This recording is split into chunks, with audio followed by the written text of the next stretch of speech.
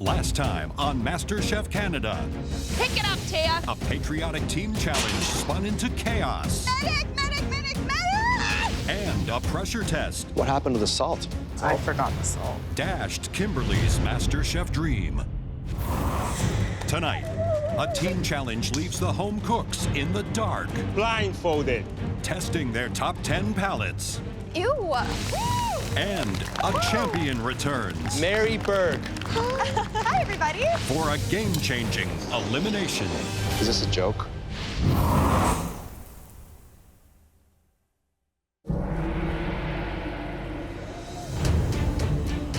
Top 10 feels incredible. This is something that I've worked so hard and thought so much about, and to actually be living it is insane. At 22 years old, this competition has shaped my future. I want to pursue a career in food, one step closer.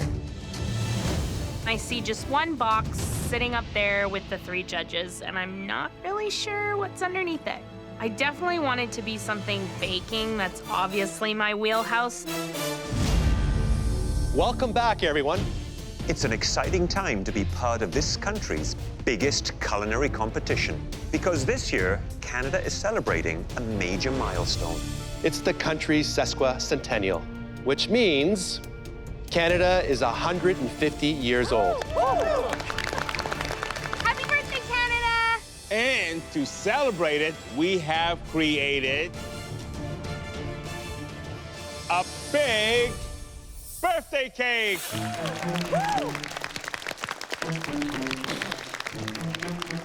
This is, I think, the biggest cake I've ever seen. This cake has 4 delicious layers and 3 layers of icing, each one a different flavor. And we want you to replicate it. Because this is a really big job, you're going to be working in pairs. And without knowing it, you already chose your partner. Look beside you. Whoever shares your cooking station today is the person you're going to be baking with. Baking is my absolute weakness. I'm hoping May is more experienced than me in this. Bring it in. Bring it in. I'm actually pretty thrilled to be paired up with Miranda because she's a strong baker. For starters, we're not telling you the flavors of the 4 layers of this cake, or the 3 layers of the icing between them. Awesome. This is impossible. More importantly, we're not going to let you see anything. That's right. You are gonna taste this cake blindfolded. Oh, jeez. Oh, my God. Come on. I've never tasted food without seeing it first. I have to figure out 4 different flavors of cake, 3 different flavors of frosting with this on. You now have 10 minutes to engage all of your senses except for your sight. Your time for tasting starts now. Let's keep our voices down so nobody can hear us. This bottom, because this is icing on top. 7 taste profiles they have to pick out. Every single layer here presents different levels of difficulty. I take chocolate, easy. Coconut, maybe a little bit more difficult. I taste coconut. If I have one thing going for me, it's definitely my palate. I know a lot of flavors. I'm able to pick up tastes really well. It's orange. 2 minutes, you have 2 minutes left. Pistachio, that's gonna give people trouble because it tastes like a lot of nuts. I think it's almond. And let's not forget, by the time you get through to the 3rd or 4th flavor, your palate starts to get a little confused, right? Vanilla. Chocolate. Hands up. That's bright. I hope you enjoyed Canada's birthday cake. Now, it's up to you to replicate it. You will have full access to a specialty pantry where you'll find everything you need. You'll also find a lot of things in that pantry that you don't need. I'm confident in Alicia and my palates that we have all of the flavors. I've been working on my baking skills, and I'm hoping that puts us over the top. You have 60 minutes to make a beautiful birthday cake. The pair that does the best job replicating the cake that you just tasted will earn a huge advantage in the upcoming Elimination Challenge. Your 60 minutes starts now! I got coconut. I got orange. Did you get vanilla? I did have coconut. Let's go back in. This is one of the most exciting challenges we have ever seen in MasterChef Canada. Even if you had all your senses at your disposal, it would still be difficult. I trust my palate. I felt like I tasted the flavors I felt, and we're gonna roll with it. We're gonna go with a chocolate base with a coconut frosting, some sort of citrus zest. We definitely tasted a maple bacon frosting. I'm liking the fact that I have Trevor as a partner. He's strong and he's fast. He's gonna keep us on time. We need to have these in at the 30-minute mark. So it looks like they're all starting off by making their sponge batter. I want to show them that Matt and I can work a good team together and that we can have fun while doing it. And we're going to win this. Justine is doing all the scaling and measuring. Matt is doing the oiling and the coating of the cake pans. We're gonna knock this cake out of the park. Say happy birthday to Canada. Baking powder and flour in this. Is that cool? Salt. Barry's a baker. I'm following his lead, and I just want to help him. Do you think it's toasted coconut? I'm toasting a little bit off. Toast it off a little bit, otherwise it's just raw and yucky. We have something to prove. Yeah, and the view from up there is real nice. Yeah. Barry has told me that he is an accomplished baker. Well, telling is one thing, doing is another. You got that right. 84, perfect. Do you want to add any orange zest in the cake? Do it. I think it'll be absolutely fascinating to see how many of them get the correct flavors of both the icing and the sponge cake. The top was, I think it's maple. The top is maple. Do we not think it was hazelnut? How about maple coffee? Just a tiny bit of coffee in there. Yeah. Let's do it. Jordan and May seem to be utterly confused with the flavor profiles that we are looking for in this replication challenge. Flavor is that? That one, I don't know yet because we thought it was banana, but there's no banana. What are you working on right now, Jordan? I did almond. We thought it was banana. We couldn't figure it out quite, so we just went with the next closest option in our opinion. Are you sure about that? We're not absolutely sure. Would it be safe to call you the underdogs in this challenge? I think so. I really think so. Neither of us are bakers. I mean, we've just got to kick this out of the park nonetheless. I wish you well. Thank you so much, Chef Claudio. 30 minutes! You have 30 minutes left. Your cake should be in the oven now. Icing is no piece of cake either. It's the thing that glues the layers together. So the proportion must be right. And the consistency, I want it smooth. I don't want it lumpy. Icings are my thing. We're getting along really well. You know, she's a great baker, and I'm happy to let her take the lead where I'm a little bit weaker in the kitchen. I'm absolutely sure I'm gonna win it. I have the baking skills, he's got the palate. That's smooth as satin bedsheet. That's what that is. That's Disgusting. sexy. That's sexy. Can you envelope me in this? This is a family show, Miranda. You have 10 minutes left. Cakes should be out of the oven. How's our cakes doing? Did you check? Yeah, they're all rising really nicely. How's it look? It's a little underdone. These cakes are still looking a bit jiggly to me. Barry looks stunned. Well, Alicia, we're either gonna have soup or we're gonna have a really tall cake. Get them out of the oven. Okay. Take it out, take it out. Go! So one of the moments of truth right now is being able to get those cakes perfectly out of those pans without having any damage to the cake. See if we can get at least one thin layer out of the chocolate. Yeah, no, we're good. Yeah, it's garbage. Yeah. It looks like it had been only baked for 15 minutes. Chocolate's garbage. And I'm thinking, it's over. That looks like pudding. That's not good. I don't know how they can recover from that.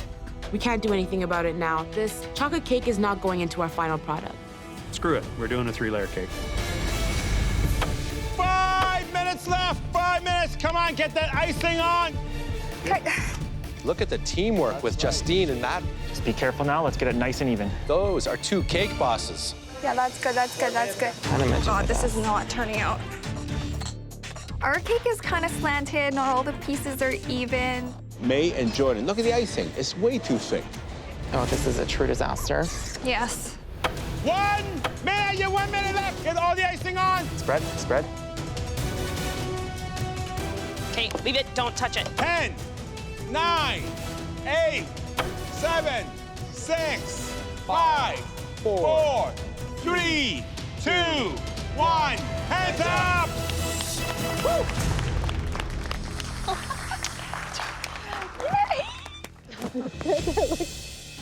Not being a baker, I am super stoked on the cake that we just made.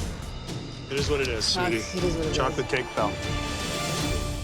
Good work, everybody. You spent the last hour trying to replicate something you never got to see. Luckily for you, we still have some of the original.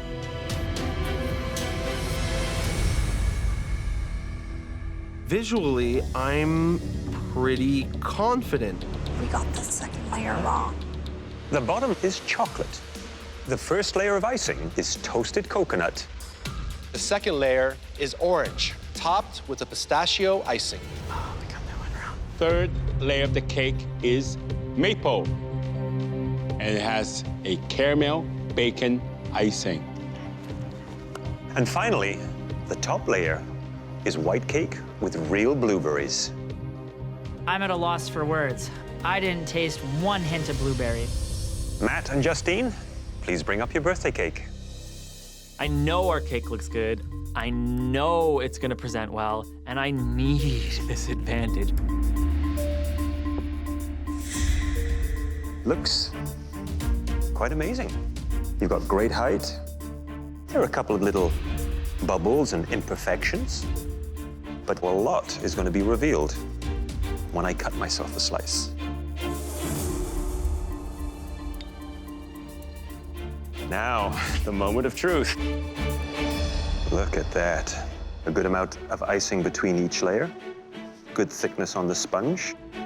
Now, walk me through each layer. We have chocolate. Toasted coconut. Yes, orange, even though the color It's a little bit yellow. Then it's a pistachio icing, almond sponge cake. Icing is candied bacon. And the last one is just plain vanilla. Overall, you made 2 mistakes. Your almond layer should have been maple, and you missed the blueberries. Let's give it a taste.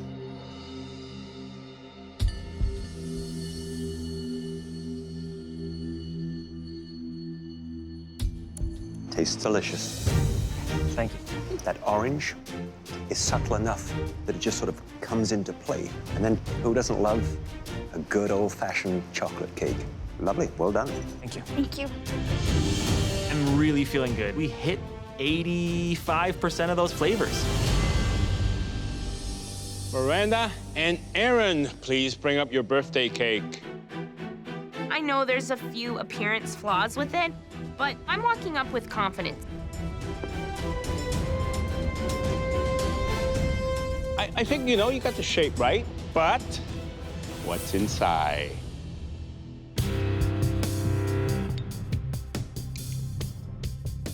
Read me through the layers. First layer is chocolate with a toasted coconut icing, orange cake, hazelnut frosting, a lemon cake with a maple almond, and then the white vanilla cake on top. Overall, you made 4 mistakes. Your lemon cake should have been maple. You missed 2 of the icings. And also, you missed the blueberries. All right, well, I'll tell you, the most important thing is what? Taste.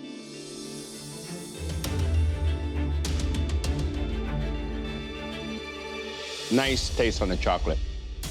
Very, very delicate, you know, chocolatey. I can sense that essence of coconut. You got that right. You two can bake. Barry and Alicia, please bring up your birthday cake.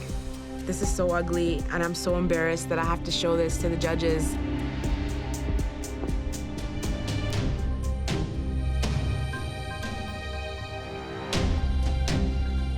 In terms of a replication,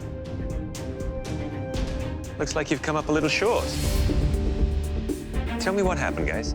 The chocolate didn't turn into cake, it turned into soup. Even though that chocolate layer may not have come through, hopefully your palates came through for you. A good amount of icing on the top and the sides. That is the orange sponge here. I believe so, Chef. I got a little frazzled in the assembly. And the next layer? It appears that I may have switched the maple and the lemon. Well, let's see how it tastes.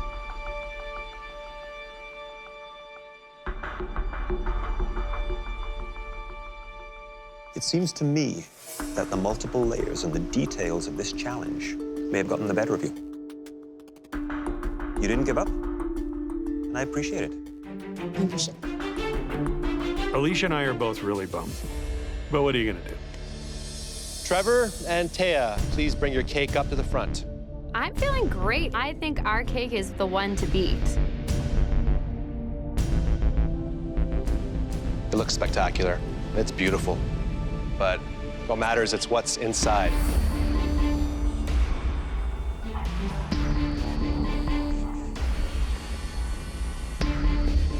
This is the coconut, obviously? Yes. And what is the icing in between here? We did maple. Maple? And you know that should have been pistachio, right? Yes. Which flavor is this cake here? Maple. Wow, bang on. A few little missteps. You had maple icing instead of pistachio, and you missed the blueberries.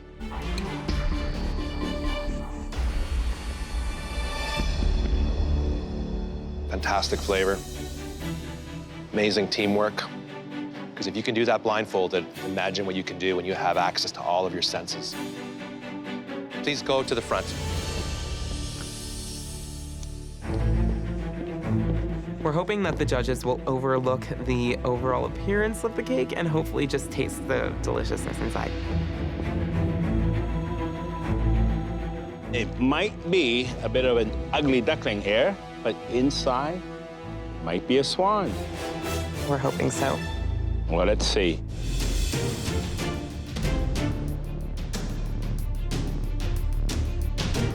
Wow, look at that. It is actually a very happy looking cake. Pistachio, what happened? We couldn't really taste pistachio, so we thought it was like a mix between almond and hazelnut. And very interesting, this pink maple. Overall, you made 3 mistakes. Your almond layer should have been maple, your hazelnut icing should have been pistachio, and you also missed the blueberries. What layer should I try? Vanilla sponge with the maple bacon frosting. Well, here it goes.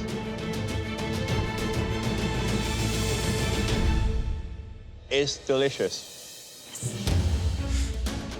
Icing, smooth, light, delicate. I get the maple, I get the bacon, I get everything. Cake, moist, airy. Next time, just make sure you get it nicer looking. Although we didn't nail the replication, our flavors in our cake were still delicious nonetheless. This was not an easy task, was it? No, chef. We really have to chew this one over, so please excuse us. That was one of the toughest challenges we've ever seen here. I agree. Now, even though there were a number of missteps across the board, there were a great deal of bullseyes in terms of them nailing their tastes and flavors. I think it's between Justine and Matt and me and Taya. They got the most flavors right, but their construction wasn't as good as ours. As you all know, only one cake can win this challenge. Because this was a replication, accuracy was essential. We went on to consider taste, structure, and of course, beauty. The home cooks that made the best cake were Matt and Justine.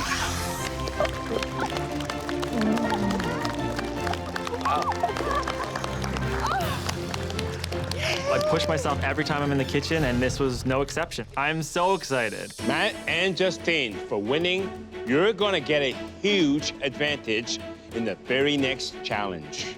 Helping us present that challenge is someone that we know has been a huge inspiration to all of you.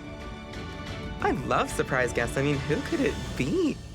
Please welcome Canada's reigning MasterChef Season 3 winner, Mary Berg.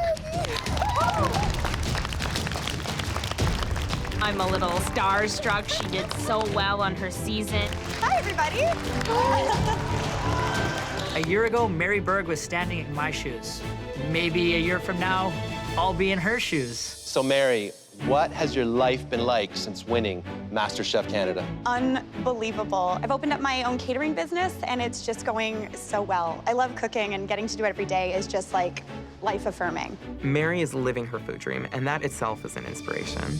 Mary, Justine, and Matt just won the taste challenge. And I think you have something to tell them. I do. You are safe from elimination. Good job. You guys don't have to cook. We're so happy. We made it to the top 9. On her way to becoming Canada's reigning MasterChef, Mary impressed us again and again with her fresh take on old favorites. That's why we asked Mary to whip up 3 classic family dishes for this challenge. But this time, the reinvention is up to you. First up, my personal obsession, tuna casserole. Here we've got the noodles for the starch, the tuna fish for the protein, and then you've got the nice baby green peas for that nice little pop of freshness that you're looking for in a casserole. Cheese, fish, I don't know. That doesn't seem to go together. Next up, chicken pot pie. Chicken pot pie is kind of just a classic. You need to have the nice vegetables. The pastry is nice and flaky. It's got a really good egg wash on it, so it's shiny, and it just looks inviting. I have no worries about making chicken pot pie. Last but not least, a traditional shepherd's pie. This is the classic English version, made with lamb as opposed to ground beef. My family absolutely loves lamb, and they love this classic winter comfort food. I'm using all of my mind power to give me shepherd's pie.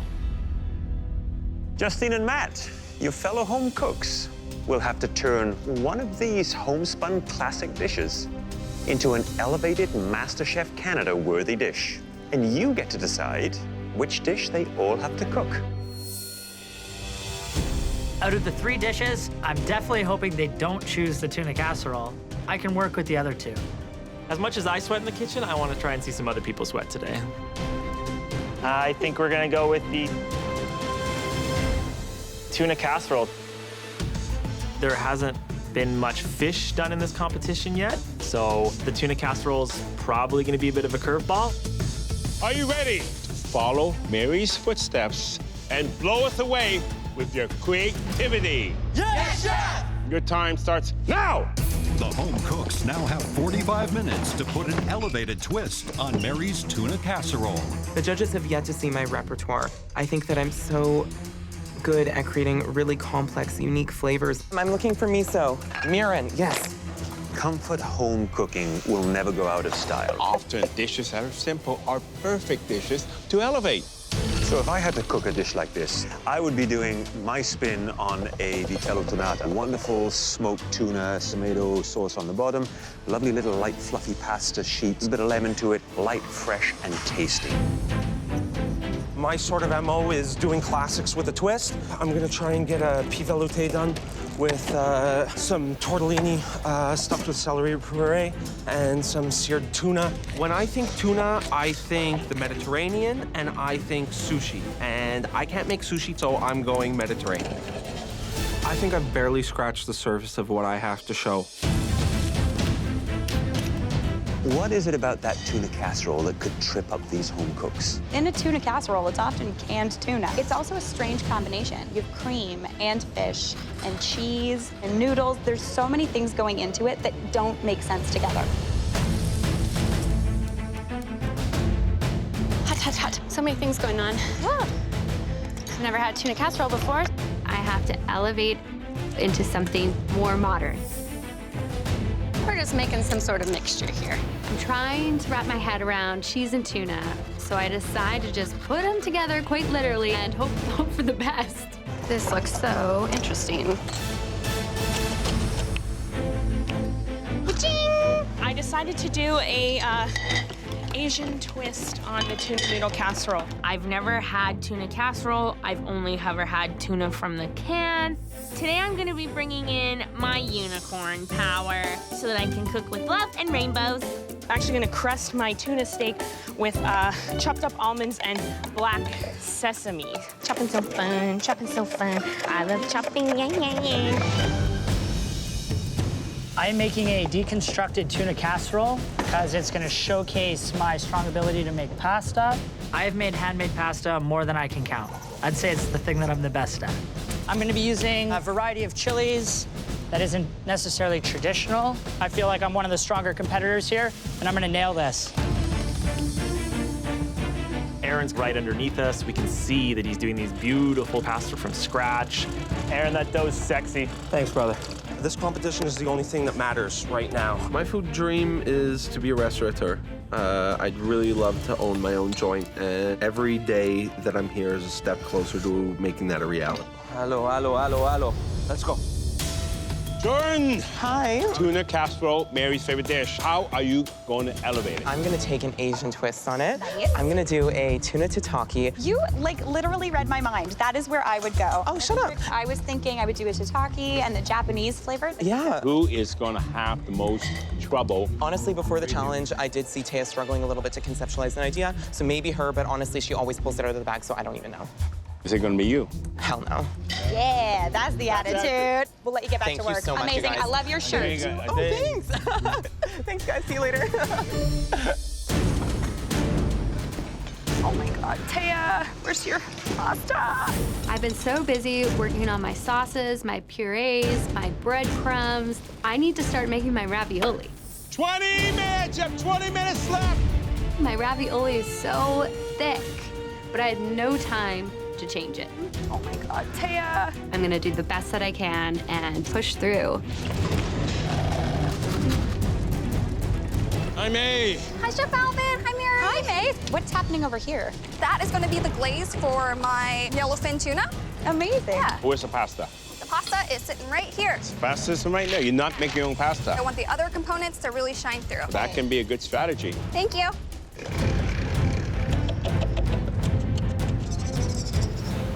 Trevor. Hi, Trevor. Hi. Did you grow up eating tuna casserole? No, I did not, unless it was a microwave version after hockey practice. Can I taste that? Of course. Chili cream sauce with a bit of cheese in it. Some jalapenos, some habaneros. There's some garlic, some shallot, a little bit of olive oil. It's spicy. That's what I'm going for, Mary. And they may overpower something delicate as tuna. Okay. Well, Trevor, you got a lot going on here, so I'm gonna let you do it. Thank you very much. I'm doing something that's kind of out of my comfort zone. It's super important that my next dish prove to the judges that I have a lot of potential. 5 minutes! How is this coming along? Let's get this reducing. Oh. Jordan, he has a lot going on. What's that, like, purple thingy? Hopefully this works. I'm gonna be taking purple potato and spiraling it around a wooden spoon to substitute as pasta noodles. Hope I don't set the kitchen on fire. May seems calm. She's keeping to her zone and not running around as much as really anybody else. Trevor seems like a confident dude, and I think that's a great thing, but that can only take you so far in this kitchen. The cream sauce was tasty, but quite spicy. I'm not sure how that plate's gonna come together. Woo, perfect. I am doing the best that I can. 1 minute! You have 1 minute to make beautiful plates! Wow, they are all cutting it close. Go, guys. Let's go! You got less than 20. Come on, guys, you can do it! Come on, get it together.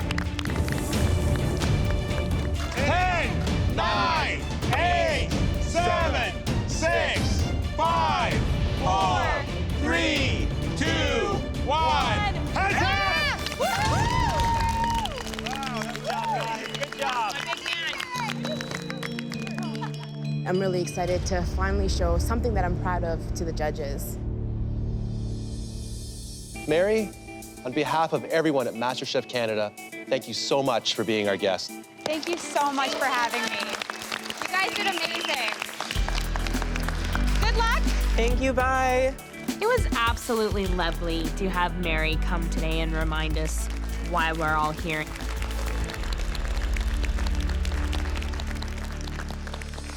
Before we taste, We have one more piece of business to take care of.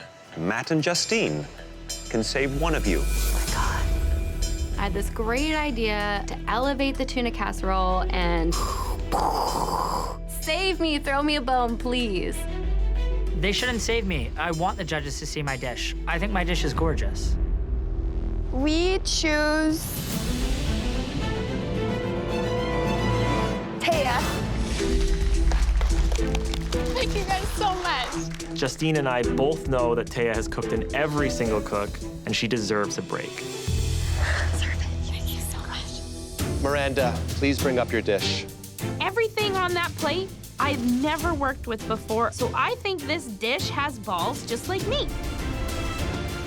It's an albacore tuna encrusted with black sesame and toasted almond.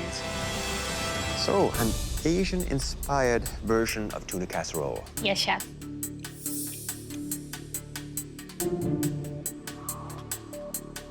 Wonderful, rich, full flavor, a touch of heat, fresh flavors of that ginger, the background of the garlic. It's lovely. I think it could have done with a few more of the peas snaps to add just a touch more crunch to it. Were you happy with the way the tuna turned out? Yeah, I think I got a good sear.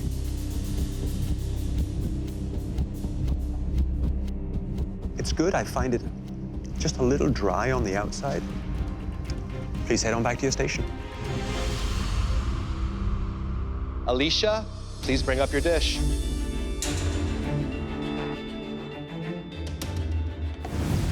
It's a seared tuna and gnocchi with confit garlic. I can actually see every element of the classic tuna casserole dish, but you've transformed it into something that is so relevant looking. I mean, it looks like a modern version. Thank you.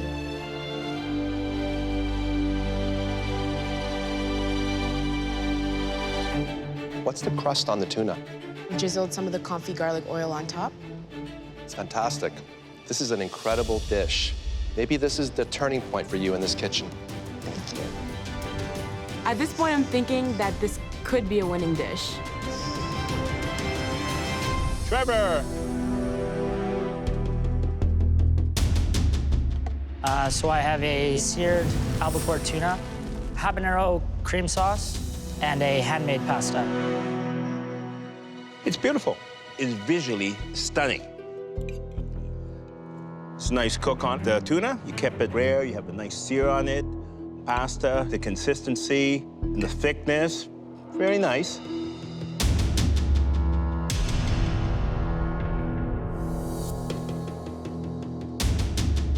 Wow, it's too hot. Can't get over that heat. That is a mistake.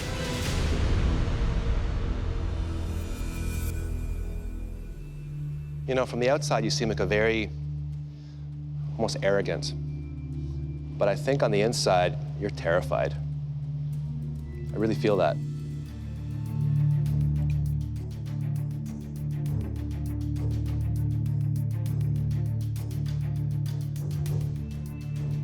Wow. Hot damn, that is hot. Wow. Did you use Scotch bonnets? I was under the assumption it was a habanero. So you don't know. You used an habanero, which is also known as a Scotch bonnet, which happens to be one of the hottest peppers on planet Earth. And all I think about now is that pepper. I don't really think about the tuna dish.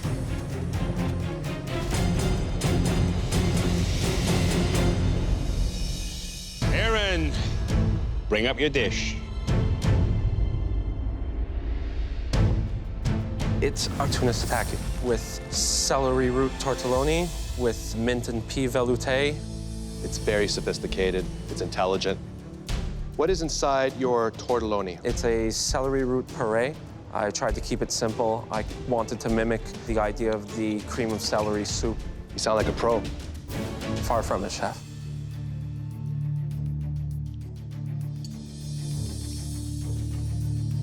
You've just created the best dish I've had in 4 seasons. It's amazing. It's extraordinary praise, chef. There's nothing wrong with it. It's amazing. That sauce, it just pops with flavor. Your tortelloni are perfect, perfectly cooked. You can tell they're handmade. What a shame it would be if you don't quit the job that you have now and become a chef. It'd be a real shame.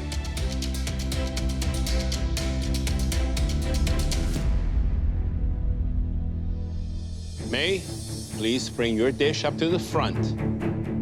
I'm feeling a little bit nervous. Everybody went a total different direction than I did. So it is Asian-inspired casserole flavored with bonito, pan-fried tuna and spinach, and then made pureed peas. It is an interesting little presentation. It's almost as if there are two worlds here, the classic homey-inspired tuna casserole, and then the modern interpretation of the tuna portion of it. And then the green sauce is your pea and spinach. Let's give that a try, an interesting combination.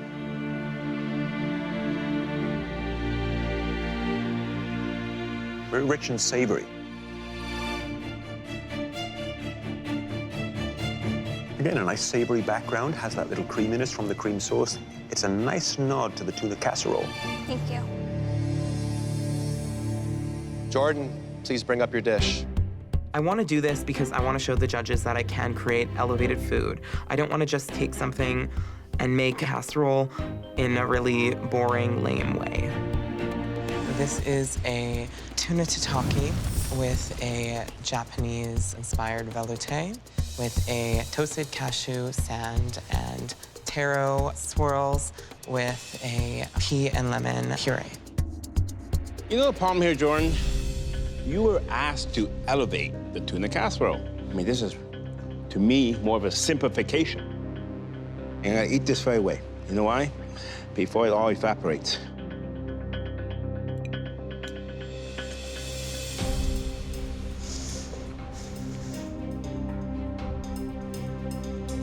Jordan, you have a lot of passion. I see that somewhere in this plate. But you dropped quite a few things. You dropped the noodles. You dropped the cheese. That's the problems. There are some beautiful tasting elements in there, but you were asked to elevate a tuna casserole, not just tuna. Yes. That may cost you.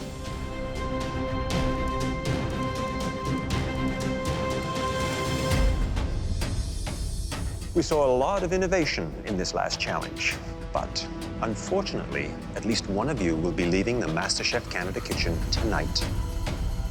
So if you please excuse us, we need to chat. Wow, there was some incredible dishes. But also a couple very weak ones. We had the full gambit. There was overreaching, there was complexity, there were some disastrous elements on plates, there were things that shouldn't have been there. I gave the judges a dish that ultimately they didn't like, so I'm feeling pretty down on myself. I know that this isn't my best dish, but there are some redeeming qualities that the judges did point out. It's a shame, but for one of these home cooks, their journey's going to end. Let's go tell them. Let's go. Well, you really managed to elevate a very humble dish, and that forced us to get very picky in our assessments. The best dish of the night was Aaron's. That dish just blew me away. I've had fire in my eyes since I got here. I'm winning this competition. And the second best dish of the night was made by a home cook who's not flying under the radar anymore. Congratulations, Alicia. I'm so relieved that I finally showed the judges that I have what it takes to be here. There was a third home cook whose dish impressed us. May, well done. All three of you will be captains in the next team challenge. It feels so good to be one of the top 3 dishes of the night. Unfortunately, some of you did not achieve the success that you were looking for tonight. Would the home cooks who were disappointed in what they served us tonight please come up to the front? I am not disappointed with my dish. I am happy with it. I'm staying put.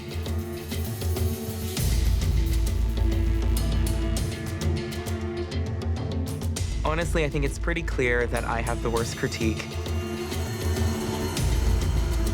They didn't like my dish. I owe it to myself and to the judges to walk up there.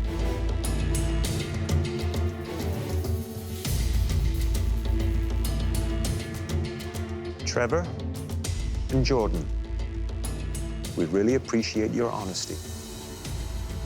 Trevor, you hold yourself to a very high standard. Yes, chef. And tonight, you didn't reach it. Well, your dish was too hot. It had many redeeming features. You're safe. Go back to your station. Thank you, chef. Jordan, we know that you were deeply disappointed with your dish. And sadly, so were we. And there's absolutely no doubt in our minds that you have more to offer. Please leave here with your head held high. We can't wait to see where you go from here. Now come on up and say your goodbyes. I am so proud of myself. I am so happy that I have competed in this competition. Don't you ever stop cooking.